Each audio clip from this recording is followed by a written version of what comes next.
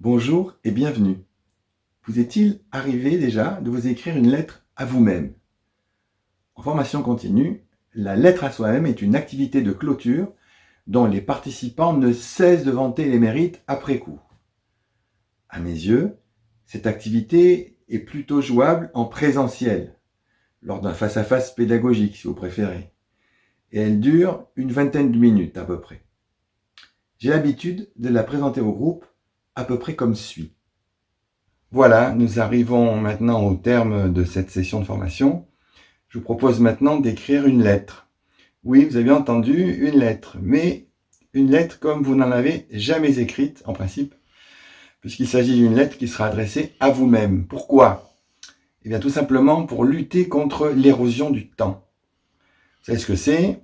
Au moment de finir une session de formation, on a toujours la tête plus ou moins remplie de bonnes résolutions sur tout ce qu'on va pouvoir mettre en pratique au quotidien à partir de ce qui vient tout juste d'être acquis.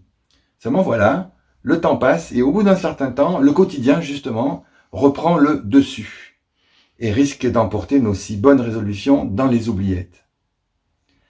Alors peut-être d'ici quelques mois, tomberez-vous par hasard sur votre livret de stage en vous disant « Ah oui, tiens, c'est vrai ça, c'était intéressant ce stage.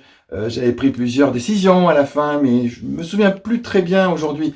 Il faut dire que je n'ai pas trouvé le temps de m'y repencher. » Eh bien, c'est précisément pour lutter contre ce genre de choses que je vous propose d'écrire tout de suite une lettre écrite par vous aujourd'hui à destination de vous dans quelques mois. On peut écrire tout ce qu'on veut. Certains se contentent d'une phrase, d'autres en font tout un roman. Vous êtes entièrement libre de saisir, ou pas d'ailleurs, l'opportunité qui vous est maintenant proposée. Écrivez ce que vous voulez sur votre feuille, puis mettez-la dans l'enveloppe que je viens de vous donner. Ensuite, vous inscrivez vos coordonnées, professionnelles ou personnelles, comme vous préférez, sur l'enveloppe, puis vous me la confiez. D'ici quelques temps, c'est-à-dire dans un délai aléatoire compris entre 3 et 6 mois, je posterai toutes ces lettres et vous aurez la surprise de prendre en pleine face ce que vous aurez dit aujourd'hui. Rien de plus et rien de moins, voilà. Alors profitez-en, allez-y, défoulez-vous. Voilà, vous pouvez vous adresser à vous-même en disant « je » ou en disant « tu », c'est comme vous voulez. Le tout est de vous témoigner le plus grand respect, car, sauf erreur, vous êtes une personne parfaitement respectable. Voilà, alors si cela vous donne envie d'essayer, n'hésitez surtout pas. Succès garanti. Principalement parce que le contenu des lettres, quel qu'il soit, n'aura en aucune façon été dicté par ce formateur qui est venu un jour dire sa messe et puis qui est reparti dans les nuages, mais tout simplement par l'intéressé lui-même. Cela fait toute la différence et l'impact est indéniablement plus fort et plus pérenne. Charge à vous de vous montrer digne de confiance, digne de la confiance qui vous est ainsi témoignée, en conservant soigneusement toutes les lettres à soi-même par devers vous. Et tâchez de vous organiser pour pouvoir les poster en temps voulu. Alors bien entendu, la lettre à soi-même ne s'applique pas forcément à toutes les sessions de formation. Je vous laisse le soin de juger de son bien fondé tout en vous invitant, encore une fois, à oser sortir de ce qui est connu pour vous comme pour vos participants.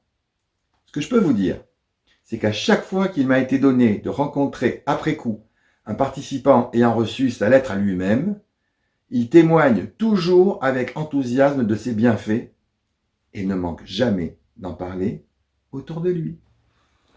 Alors, je vous avoue très franchement que les toutes premières fois que j'ai essayé la lettre à soi-même en groupe, eh bien, j'étais tenaillé par la crainte de ne voir personne écrire quoi que ce soit. Le flop absolu, en somme. Eh bien, je vous assure qu'à l'arrivée, ça ne m'est jamais arrivé. Bien au contraire. Nombre de personnes, subitement prises par une verve soudaine, sont allées jusqu'à me réclamer des feuilles supplémentaires à cette occasion. Et oui, je vous laisse imaginer l'émotion que ça procure. Bien entendu, ceux qui n'écrivent rien, en pareil cas, existent. mais je vous assure qu'ils sont ultra minoritaires. Au pire, ils patientent quelques minutes près de leurs camarades, c'est pas la mer à boire, et au mieux, pris par la contagion, ils finissent par s'y mettre eux aussi, car oui, ça arrive. Dernier détail pratique, si vous avez envie d'essayer cette activité, il faut prévoir quand même de vous munir auparavant d'enveloppes de format standard et de feuilles de papier en nombre suffisant. Voilà, prévoyez large. Si vous avez été intéressé par cette vidéo, c'est que ces 2 livres ont probablement été écrits pour vous.